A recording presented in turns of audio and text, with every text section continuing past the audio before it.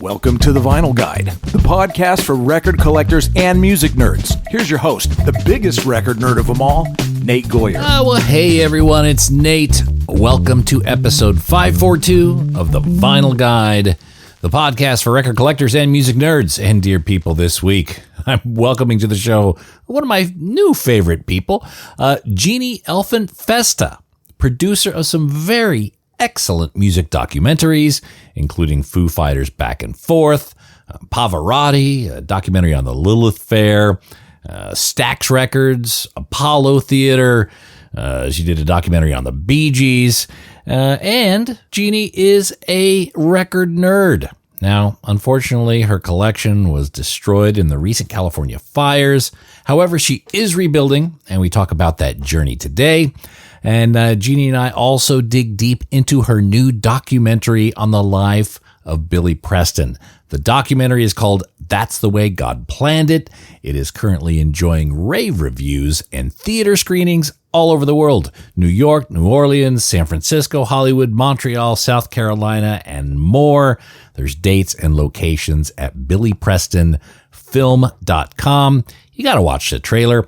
And by the way, Billy Preston documentary is an excellent way to enjoy those extra days of the Easter break. Sitting in a movie theater, eating popcorn with someone you love, and enjoying a music documentary on the big screen. I mean, how often do you get to do that? So go check out the trailer, and you can check out the ticket links at billyprestonfilm.com. Now today, Jeanne and I talk all about her journey in music documentaries, working with Foo Fighters, Pavarotti, Eric Clapton, Olivia Harrison, finding unseen Beatles footage, pulling together this amazing story about Billy Preston. There's lots to enjoy in today's podcast. And by the way, there is a super extended version of this conversation available only to our Patreon supporters, patreon.com/vinylguide. If you enjoy the podcast we do here and want to show your love, the only way, one of the only ways I should say, is to sign up on a select tier at patreon.com/vinylguide. Up there, I put high-resolution audio podcasts. We put the episodes up there early so you get the jump on any announcements that we have. And you also get to know in the warm cockles of your heart that you're helping support the show. Plus, I give you extras like a super extended 30-minute or so more version of the interview with Jeanne. So that's only available up at patreon.com/vinylguide. Go there now. Alrighty, enough of my blathering. Let's get on the conversation with fellow record nerd Jeanne Elfant Festa, talk Billy Preston documentary, and a whole lot more. Hey. Jeanne.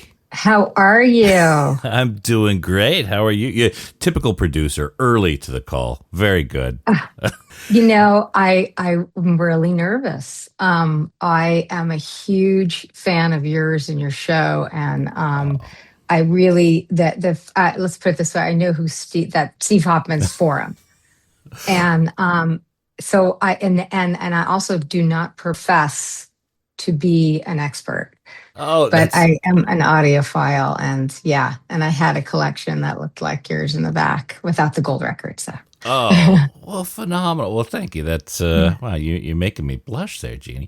Look, we're all learning. This is an adventure for me as much as it is for you or anyone. You know, that's I think one of the beautiful things about collecting records and kind of being music nerds like we are, because there's always something else to learn. Yeah.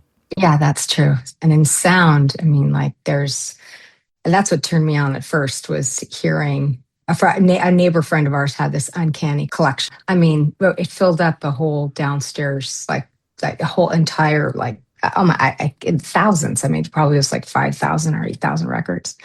We had about 3, sadly, all destroyed in the fire. And some of our collection actually was this guy's. When he passed away, he gave us a large amount of his collection. And in his collection was just incredible Blue Note pressings and some Led Zeppelins, and that were like pretty rare. I mean, from what I understood, there was just I wish I could remember everything. We had a great Miles Davis collection, Charlie Parker, And then, of course, everyone from Crosby, Stills and Nash, and Neil Young and Eric Clapton and Cream, and anything. It's all the way up to today. So, which now I'm hard pressed to think of something. So these were destroyed. Is this the recent kind of Malibu fire or something like that? Palisades. I lived in the Palisades. I mean, how does one go through that? Obviously, there's so many other things, a lot of tragedies, and I think there were, people losing. Oh, people more lost than their lives and collections. pets and kids, and we were, relieved that every human being and our animals are safe because we have a cockatoo that's 28 years old or 27 years old, and we have a German Shepherd that's very, was sort of a puppyish at that time. It was 3 years old, so very impressionable. If you know German Shepherds, they're very empathetic. Right. And so everybody's healthy. Everybody's healthy. Well, that's good. That's good. So when you lose a collection like that, do you think about restarting? Like, how do you approach? Do you rebuild? What do you do? Well, it's interesting because what I like to do on my time off, and especially on the weekends, is play my records. That was my solace. Sit outside. And let me just backtrack for a half a sec. We lived in this house for 37 years. We went through a big rebuild. We kept its beautiful, kind of one story kind of feel loft, but it did have a downstairs, and the entire downstairs was dedicated to the record collection. It was literally built. It's a mathematical equation on a perfect sound room. So that section we put, extended a master and kind of made it bigger, and I kind of pushed out some walls. But the point here is that was the first thing that my husband thought of. So I have to give him credit, that it was based on this mathematical equation about the perfect sound room. So, we had, these incredible, beautiful, freestanding, so that they can breathe, because sound waves need to breathe. Nothing, God forbid, nothing should be built in. And so there were Van der Steens. There were amazing, amazing speakers. I actually wrote them down so I wouldn't forget, because they were amazing. The ones that we have now, talking about the rebuild, is called the something Model 7 at Mach 2 or something like that. They're absolutely unique looking, but they sound unbelievable. I mean, it's absolutely incredible. So rebuilding it is something that has to take time, because these pieces, first of all, the speakers, the turntable, we haven't replaced our turntable yet. And my brother-in-law and some friends gave us some records, and a record player, but we hesitate to even put them on it because, we had this, like, it was an Oracle turntable, and it had this handmade needle that was like wrapped in wood. It was like a handcrafted wood cartridge, and it was, whenever my husband would hear it skip at the end of the album, he'd be like, you know how much that needle costs? It would remind me. Oh my goodness. So rebuilding is taking a long time, a really long time. Music is clearly a major part of your life, and even, into all these documentaries, and your resume of documentaries, again, just confirms your love of music. Where did that come from? Do you know where that germinated? It germinated at home. My parents were huge music fans. My parents both grew up in Brooklyn. They loved Harlem. They used to regale us with stories about sneaking into the Apollo Theater. Of course, years later, I made this film, and I told them about that, and they said, "Where did he sneak in? Where did they?" And he would tell me this back fire escape, and they'd climb all the way up to the top, which would take them to the third floor, and it's really daunting when you're looking down from the third floor of the Apollo Theater. And she took me outside. I took pictures of it. She said, "Look, now we've got these gates around it. Yeah, you can't sneak in anymore. Closed your loophole." Right. But he used to say that at the end of a show, he'd always carry a saxophone with him, and he'd go outside where they would let the loading dock. And sometimes people would just play with him. They give him pointers, or he would just you hear him rehearse or something. It was stories that really stuck, and they brought it home. So they listened to Billie Holiday incessantly, and Dinah Washington, and Sam Cooke, and Miles Davis. My dad loved Miles Davis, and Charlie Parker and John Coltrane, because the saxophone. Of course, that was his love. My dad's love was the saxophone. Mm-hmm. We together as a father-daughter bonded in Bruce Springsteen because of the sax. Okay. And that, I lost my dad when I was 26, and my daughter was 6 months old. And there's a special bond between a father-daughter. Mm-hmm. They're like a mother-son, but there just is. And that was, we bonded through music. And that rust color shag carpeting, and the fireplace going, and Dad having he would have, at the end of the day would make an elaborate cocktail. They'd both be like, they're very, very, very, Mad Men-esque, So obviously, yeah, you're looking to recreate some of those emotions, Yeah. as you go through. It sounds like you bonded over very jazz heavy. Were there moments mm-hmm. where you brought home some music that was important to you and you would share that? What was his reaction when you brought home your music? I would say, because I'm the youngest of three, and my sister and my now brother-in-law brought home Bob Dylan. And my parents were like, okay, they were very political, very liberal. And so, they weren't shocked, but they also were, it didn't turn their key. And I remember that's when I wanted to learn how to play the guitar. And I started to learn, Blowing in the Wind, and I started to play. And that was when I just picked up that acoustic guitar. And it was something that was for me. But it was my sister and my brother that brought that home. They loved the Beatles. My parents loved the Beatles. So there was a lot of things that, even though they looked like, my mom looked like June Cleaver. She was from Brooklyn, because she struggled to get that Brooklyn accent out, and she sounded very Upper East Side, or Upper West Side, excuse me. And so they were and my father was a podiatrist in town and treated a lot of local celebrities, big celebrities.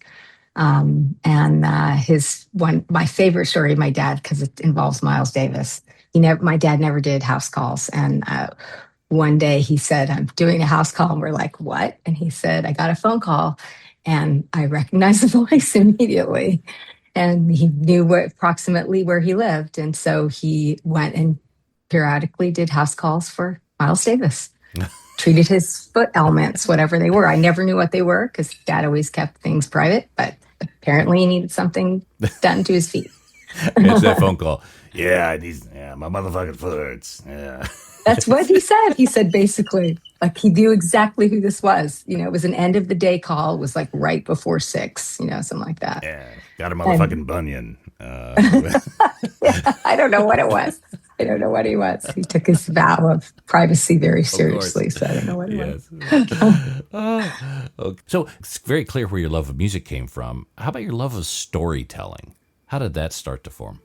I would say, my mom definitely, my parents were from they loved the Catskills. When they were teenagers, they worked there every year. I can't remember what hotel it was. And they both did plays. So they were both wanted to be actors and musicians, and ended up being real estate and a doctor. Mm-hmm. But that was it. That was their passion. So they would take us to plays. We would watch, we would watch movies together. I think, it was just ingrained in the home. It was just ingrained in the home. your love of music, and obviously when it comes to, someone like Billy Preston, he's so diverse in his styles and the sort of music that he would play, his art. I would imagine your father's record collection, obviously yours was as well, very eclectic. Yeah. Incredibly eclectic. I mean, like our record collection it ranged from Rage Against the Machine. That was me. And my husband loved, Breakfast in America, I'm just trying to think his other favorite, The Lamb Lies Down on Broadway. I remember when we first got together, he pulled that album out and was reading the liner notes. And that was like, the liner notes to me in an album are like, it's like icing in a cake, or that you just love because you're listening to something and you're reading at the same time. Mm-hmm. It's so tactile, and and each album has its own odor. I know that sounds really weird, but if I'm so glad you're nodding yes, because it does. It really does. Each album feels differently. You know, Crosby, Stills, and Nash had albums with texture. Deja Vu was a textured top. It had a label, a image that went on top. It had that textured feeling on the outside of the album. I mean, there was something it's giving me goosebumps, like thinking about it right now, because it's such an effective memory. Mm-hmm. So I'm just trying to answer your question elegant, but I can't. I think that albums are like a movie, mm-hmm. or they're definitely an art piece. The artist is telling us to listen to track 1, to track 2, to track. They're telling us to listen to these right now. There's nothing that you're looking at. There's nothing that's going, oh, this was so and so, and they wrote, no, we're not doing that. We're not even looking at the words yet. Mm-hmm. We're just putting it on and we're listening to side 1. We're not moving it around. We're listening to side 1, and it is gratifying. There's nothing more gratifying than that. And in the last track, and Goodbye Yellow Brick Road is a movie. Yeah. If you starts with Funeral for a Friend. And then now I can't think of the rest of them. I mean, but Harmony, you've got this. I think it ends with Harmony. Thing. Oh my God! It's like unbelievable of a record. Yeah, it's unbelievable. So I think that's. I mean, when people always ask me, well, what was your segue and what was it really starts with passion, because this isn't like a massive money-making thing. I wish it was, but it's not. It's something that I'm really passionate about, and really passionate about that, telling a story that you can in an hour 40 or in 2 hours, anything under 2 hours, it's really difficult to do. You have to, you're not doing it alone. It's a team effort, and music is a team effort. You might be able to be a soloist and play something alone, but eventually you're going to need a team. Mm-hmm. You know what I mean? Oh yeah. Oh no, I think you're describing it very well, Jeanne. We talk to quite a few artists here on the show, as you probably know, and sequencing comes up a lot because it is such a critical part. It is so important, and movie, the same sort of thing. Now, with the subjects that you do, you need to, I guess, find that arc. How do you choose the subjects that you do for your documentaries? Well, I think that I've been really lucky because I loved Nirvana and I loved the Foo Fighters, and I knew what the story was before I got involved in that film. In the Foo Fighters back and forth. There's some things in the DVD extras that I wish were in the film, and it's a great scene about Taylor and Dave and their relationship, and it's beautiful, and it always made people cry, and I don't know how it got out of the main film. So anybody has it, the old DVD. the extras is worth it. I think that wait. So okay, ask me again. Oh. I lost my train of thought because I was thinking about that. I just went on a deep dive in my brain. It's funny. I'm glad you hit that because I remember that movie, the back and forth, and I remember how clever it was. I remember thinking at the time how clever it was, the filmmaker, to put that joke at the very end of the movie. I don't even know why we called it Foo Fighters or something like that, like where he addressed the name, which is kind of one of the first questions I think people raise whenever they hear the name of the band. But you left it till the last 2 seconds of the film, which I thought was to me, it showed, it was a masterful story because we forgot about that fundamental question that most of us had. But choosing your subjects, I guess, subjects would. Okay. Choose. Yeah. Okay. I'll go back to choosing my subjects and try to answer that. Well, so I feel like there's and this was really ethereal and so just hold on. I'll come back to the right point. So with the Foo Fighters, again, I felt like that it was like the energy was in the air. I had nothing to do with procuring that I was in the right place at the right time and became a member of the filmmaking team. And I feel like that was the beginning of the opening yourself up to letting things come to you. It's like, that magical force that people talk about. In very Star Wars and of me, but there's my nerdiness coming out right there on that. But it is. It's like this being open to what is what is surrounding you, and if there's a story that you want to tell, what would it be, and who would it be, and how can you? And then it just seems to have come. Now, the other thing was I was working with this company and this person, my business partner, Nigel Sinclair, who his first documentary was Bob Dylan, No Direction Home. And his second one was George Harrison, Living the Material World, and the Who, Amazing Journey. So on the Who's Amazing Journey, at the beginning, there's a record collection. And what you're seeing is our friend Randy's record collection at the beginning, because it's so cool. And the way he has it just looks very 70s. It's like, it's very cool. So I think I was in the right place at the right time. I have a uncanny way of people telling me things, and then it's like I don't have the bandwidth, so it just goes out the other.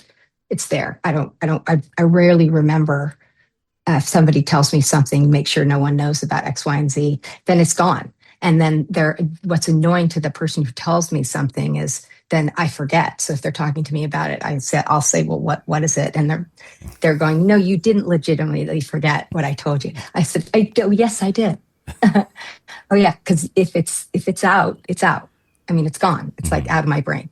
It's out. So I don't have a lot of pictures. I'm not a picture taker. I never want to. This is such a personal thing that we're doing, because you're talking about a process that people don't really like to talk about, because it's something that, again, is also it's magical, and it creating music. Barry Gibb, Coldplay. Oh my God, how can I forget it? I'm forgetting his first name. They all talk about how when you're creating music, it just comes to you. There's a story that Christine McVie tells about how Songbird came to her, and it came to her, and she didn't have a tape recorder, and she said, "God damn it, I can't call anyone; they're out." And she had to play it all night. Woke up early, went down to the studio, said, hit record, and then she went back to go to bed, because they were like, "What? This is great." She's like, "I got to sleep." Now we'll come back. When I sleep, we'll come back and we'll work the song out. But it was like, that's it. It's something that happens and comes in a wave. Barry Gibb said it. Every one of our artists will has said that.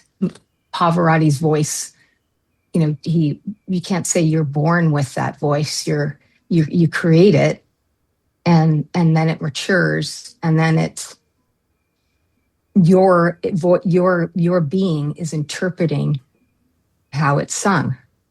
And so there's a person who's doesn't read music, but had this gift of giving us his interpretation of these songs that I can't listen to opera unless it's him. And I know that's kind of snobby, but sorry, just is.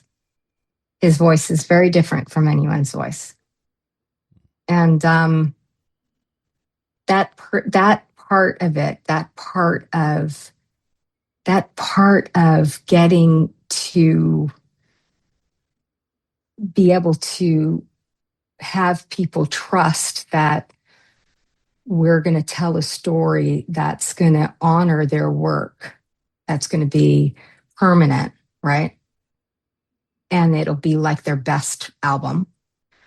But it may not be Cradle to the Grave. Depends on the story.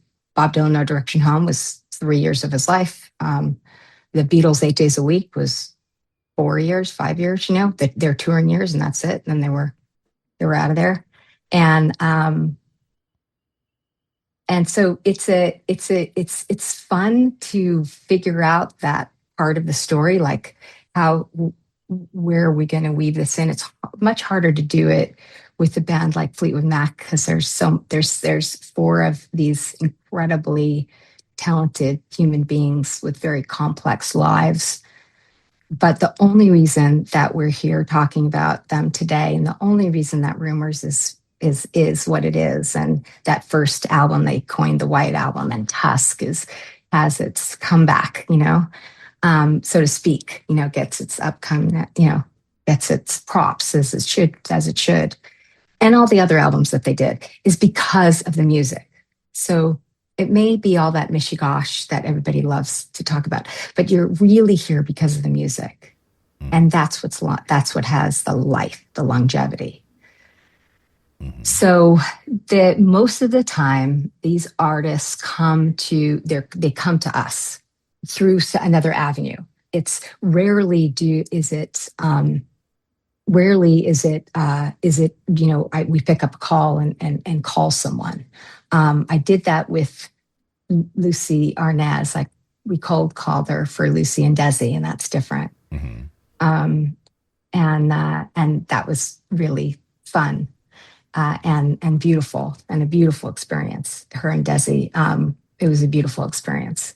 And we did it during COVID, and she had her archive that was sort of organized, but it wasn't quite organized. And it was hard to get in and physically transfer these things, because we were all worried about it was right at the beginning of COVID. So we had gloves on.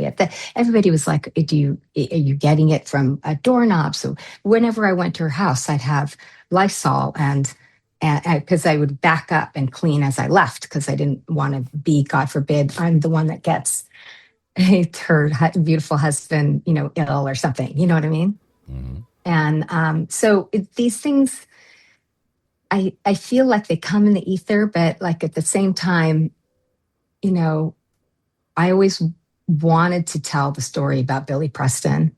It's something that the first time I heard Billy Preston was in my parents' living room after we were listening to a Beatles record, because it was either Let It Be or Abbey Road.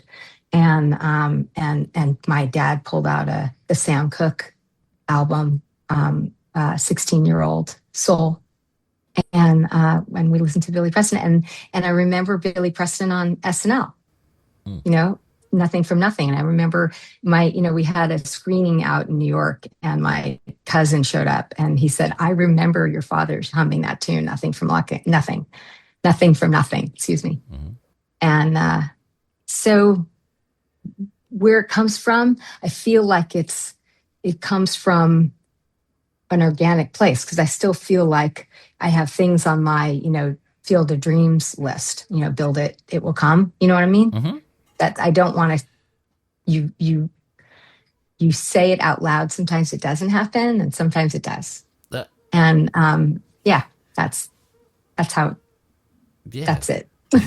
Long-winded. Look, I understand, and I subscribe to the let the universe provide something. Yeah. And I think, it feels like maybe you and I in our lives have been blessed with the opportunity to allow that. And the way, I guess I'm curious, the way you approach a story like Billy Preston, where the subject is no longer around, to someone like Fleetwood Mac or Foo Fighters. What is the difference in approach in each of those scenarios?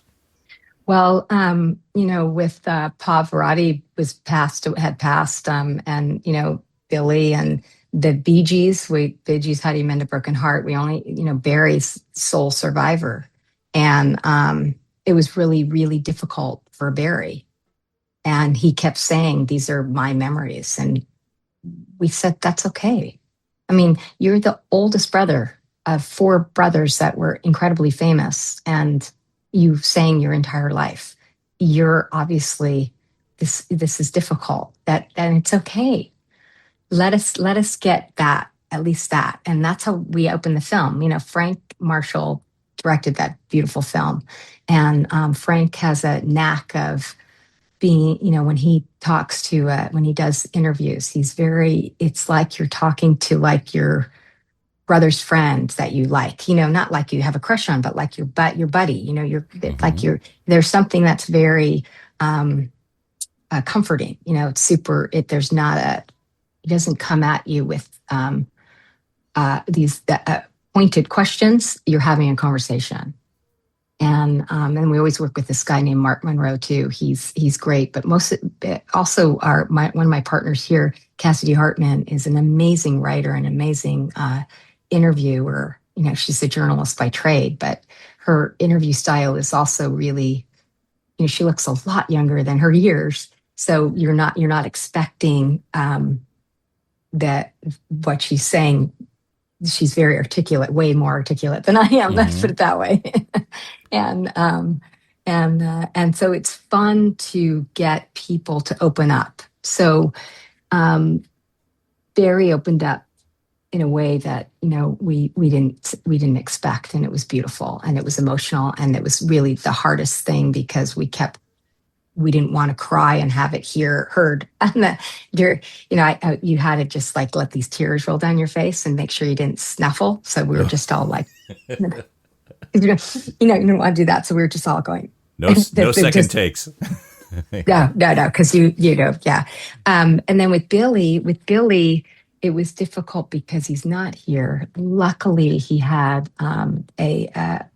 Joyce Moore had kept a lot of his diaries and kept when he was in prison, and she kept a scrapbook that he made, and so we had that. We had this great. We work with this guy, Reelin in the Ears, David Peck of Reelin in the Ears, who has an incredible knowledge. He's like a record collector, only it's not records, it's archive. Mm-hmm. So he's got photographs, video, and he's an encyclopedia. So sometimes you could call him up and say, "Hey, this came in. We got a phone call about whoever the artist is," and then invariably David is like, "Yes, you can make a film out of it. I know who has this. I know who has that, and I don't have this, but I know somebody who has that." He's like, it's like, oh my God, he's a really incredible, knowledgeable person.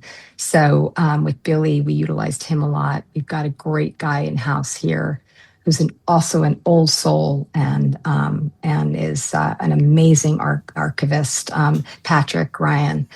He's just amazing and seems to find things that no one else can find and goes down these rabbit holes that no one else can find. Like somebody would say, we can't find, something, a person that was alive that had this and they passed away. Well, he found a daughter of somebody with the same last name, and there was the footage. He found footage for us for Billy Preston because he went down this really long trail that most people would just say, we can't find it.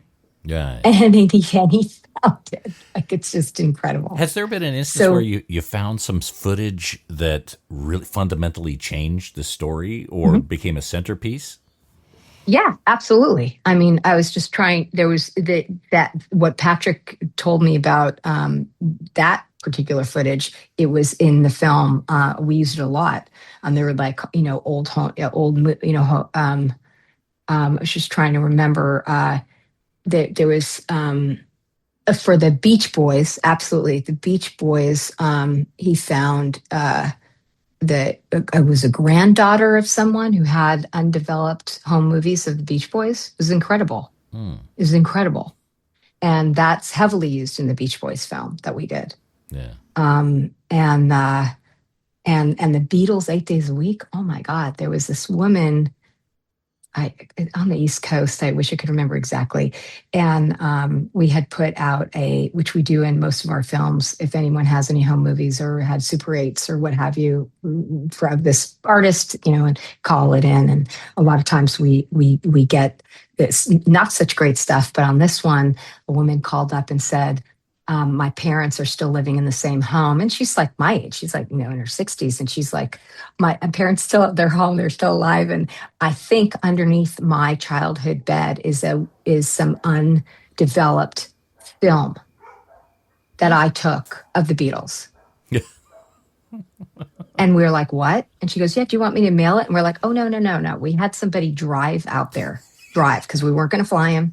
We had two people on two cars because we didn't want a car to break down. You know what I mean? And we met her. We took it. Then we took it to a lab, and that's in the film. So yeah, that happens. Absolutely. Now, Olivia Harrison is in a gift from God. She's in the movie. She's credited. I would imagine that her participation was very key to be able to unlock several doors in the story of Billy Preston. Yeah, and unbelievable. Olivia was such a great and is such a great partner. She, with everything, she had when she said, told us how close George and Billy were, she said, I'm going to go. She went through her personal archive. She had, her photos, her videos, her. She's I think she's redoing George Harrison's the Bangladesh, mm-hmm. and then George's when everyone came together in honor of George, Concert for George, and she's think, yeah. Concert for George. And when she said, I think I'll just give Peter Jackson a ring. You don't want to get your hopes up on something like that. And her and Jonathan Clyde, who've been with the Beatles organization for a long time as well. You can't, but let me just give Olivia the props that she deserves. This woman is amazing. And she, together with Jonathan, brought us footage in that film that you've never seen before, mm-hmm. fully restored. And it's absolutely beautiful. I'm getting goosebumps thinking about when we first saw it, because it was after, I was trying to think, it was before or after we interviewed Ringo, and my partner, Stephanie Elaine, got to interview Ringo, although we were all there, but they had hit it off. And so she just sat there and just, started talking to Ringo, and it was magic. And Ringo says, Billy just walked in and he was just like, hey, yeah. Well, in order to understand that, we're a visual medium, to have the footage to support what is the words that are coming out of beautiful Ringo's mouth, was magic. I know I'm overusing that word, but it is, I don't know what other word to describe, because then you can see what people meant about Billy when others said, when Bill Maxwell, his drummer, who is the liaison for Eric Clapton, and when Eric says the following, Billy would come into a room and he had this channel, that he could just not suck any air out of a room. There wasn't that, there wasn't a need. There was no need. He just floated in, and he would sit down, you hear Paul and John say, yeah, go ahead. If you want to sit at a piano or keys, and he sits at the Fender Rhodes, and he starts to just play, and you can see in their faces, you see it. Mm-hmm.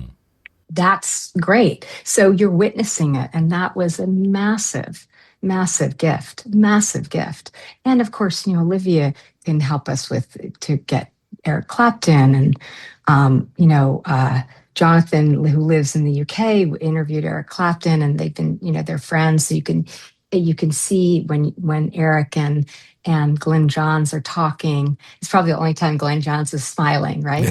And his life was on with today's world, remembering, but he's friends with Jonathan. So there was that, when you create a space for your interview subjects to just relax, like after they get past there's two cameras, there's lights, we're powdering them and making them look great. Then to just relax, let's chat about why we're here, it makes it so much better. And Mr. Eric Clapton, he at first didn't want to do it because it was painful for him. This is somebody who we lost, and is his friend. And, it's, we're old enough now that I'm sure you've lost some friends to what, either cancer or, God forbid, a suicide, or, just accidental drug overdose, whatever. It's very, very difficult to talk about. And I thought that he opened up in a way I've never seen a lot of people open up, not just the fact that he's Eric Clapton. So it's, he's a very open, very nice, very gifted, sweet man to do that for Billy. I believe, and his legacy. I would imagine there's also a fair bit of, when Eric's thinking about Billy, there, but by the grace of God go I, because he was on a very self-destructive path in portions of his life as well. He talks about that, yeah. And with these interviews, and again, I do this a lot, and I love the art of an interview, and I'm curious as to, you have these, very experienced people with interviews. Mick Jagger, Eric Clapton, Ringo Starr. They've been interviewed so many times. There's very little that they can give up that they haven't given up. And a lot of times they have these very polished anecdotes. How do you get past those to get to something that's unique, something they haven't shared? I think that it's about having the conversation. It takes a little bit to get people to relax. George, although, and I think that's a pre-conversation. So you're setting up. I mean, I was not in the room with Eric Clapton, but Jonathan was. So, and I know that they have a secondhand way of communicating. So it was the right fit. Part of my job, probably the most important part of my job, is to create the right team and the right messenger for whatever subject you have. So that's really the biggest part of it. Otherwise, people always say, well, does your film have, invariably, anybody will always ask, does it have a lot of talking heads? And I hate that expression, because if it feels like there's talking heads, it means I'm not doing my job. And it means we collectively, our director, our, writers, and all of us, it's a very, very collaborative beast, documentary filmmaking. The reason is because you could say you start with a script, you start with a roadmap. Yes, we had Cheo Hodari Coker.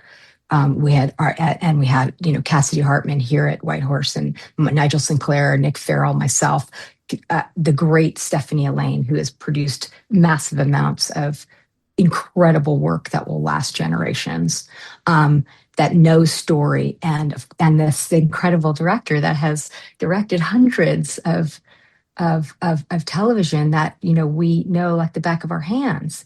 So we had this incredible group, but that building of those team members are so important. So and I always wanted to work with Stephanie Lane. I basically cold called her and said, I'm Jeanne. I work for this company. Like, well, I have a girl crush. I just wanted to work with her so bad. But when you work, when you know somebody in your field that you aspire, and you just not aspire, you admire them. You like their work. You like what they stand for. You like people who are they surround themselves with. It's this. It's like Billy Preston coming in on Eric's album, or Eric seeking out those wonderful session players that he always has.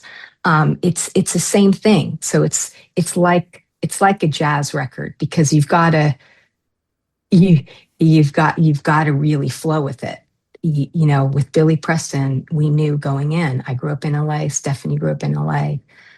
We knew that he had a very conflicted, controversial life.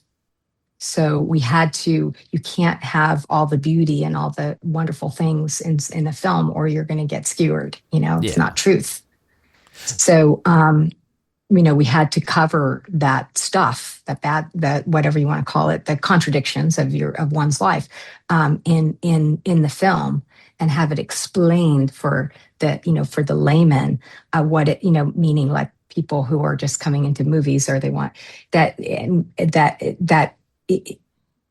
this is these paths that he went through. And I think that we did a really good job of it. And I think that this team was the right team.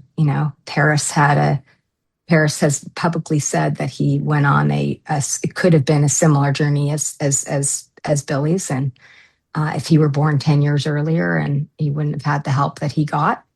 And I feel like this film can spark those kinds of conversations. Mm-hmm. Just like I felt like the way we portrayed the Apollo at the Apollo Theater, it wasn't a clip reel. And we had so many people saying, "Oh yeah, we're going to do this," and it sounds like a clip reel. And me and my partner who produced that, along with Lisa Cortez, who was one of the other producers, and the director Roger Ross Williams, were like, "It can't be a clip reel. This is something that's like, this is more than."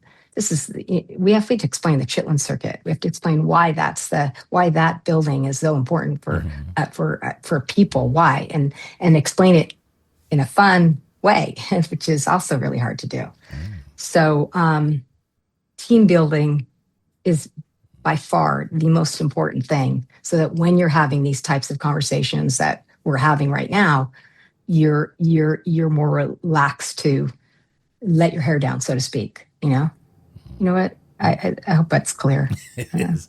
I understand what you're saying. I'm very aware of the media that I absorb. And I kind of learned this young. I was reading an autobiography of Charlie Chaplin.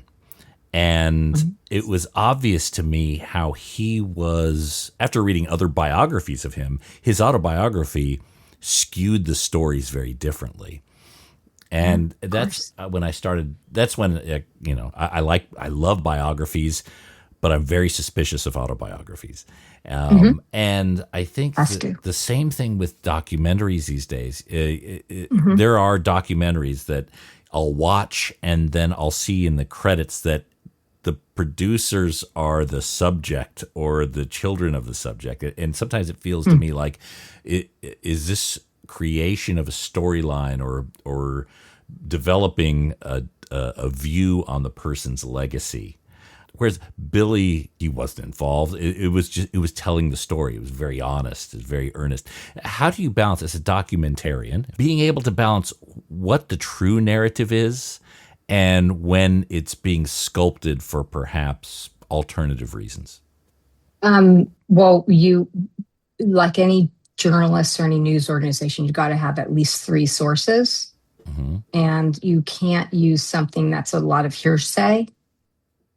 just because that's a story, especially when somebody's not living. When somebody's not living, to take somebody else's word that they, oh, I swear to God that so-and-so slept with so-and-so and blah, blah, blah. I mean, my God, that's like high school. Yeah. I mean, it's a rumor mill. Yeah. It's gossip. It's just gossip. So, I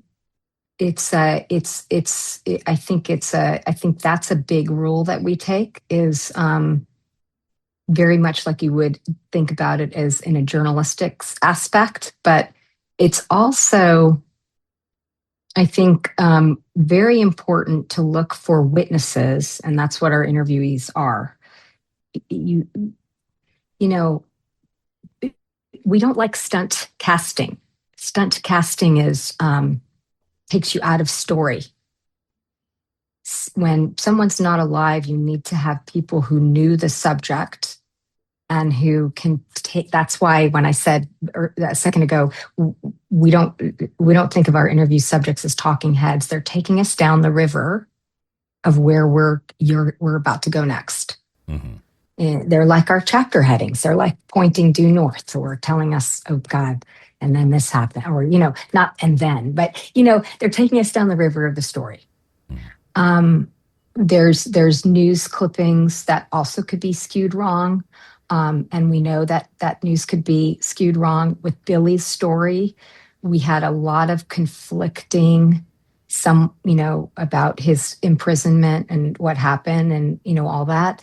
And so my partner, Nigel Sinclair, found the judge who sentenced him. Yeah. And he has never, ever done an interview in his life.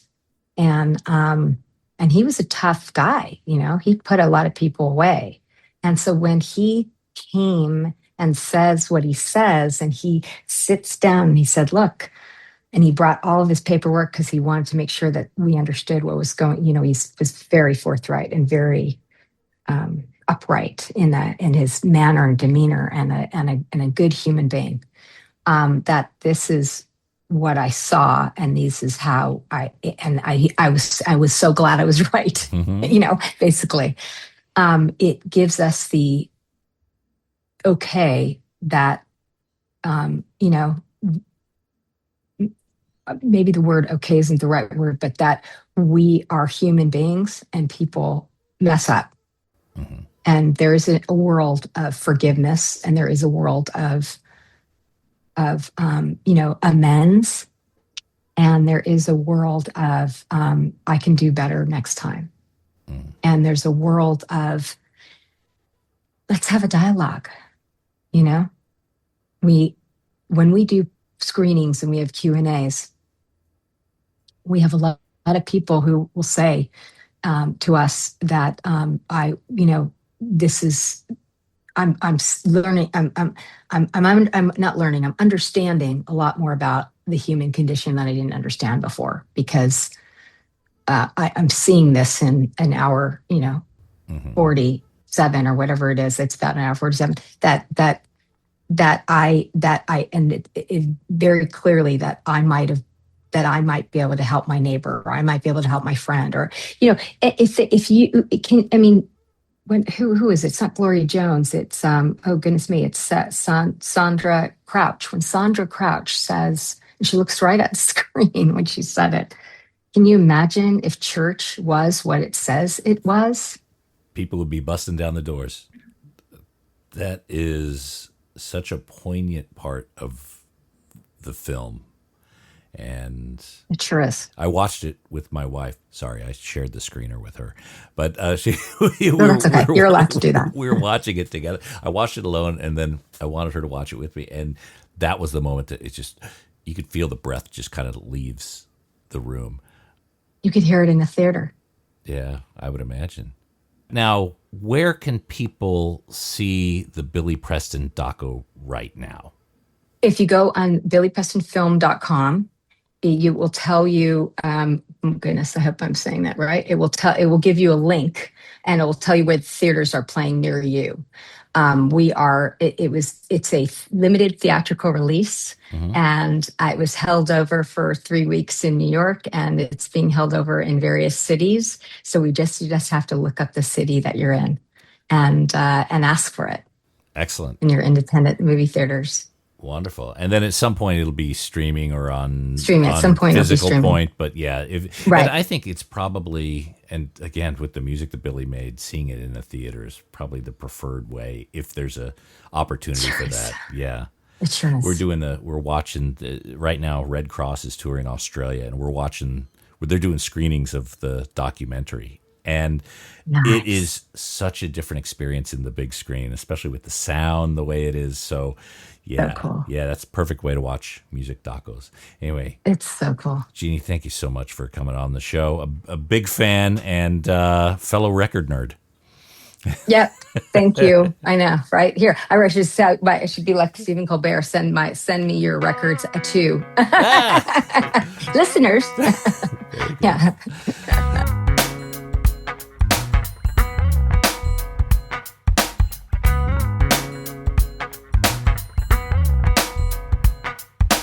I really enjoyed that conversation. Thank you so much for coming on the show, Jeanne. And again, everyone, BillyPrestonFilm.com.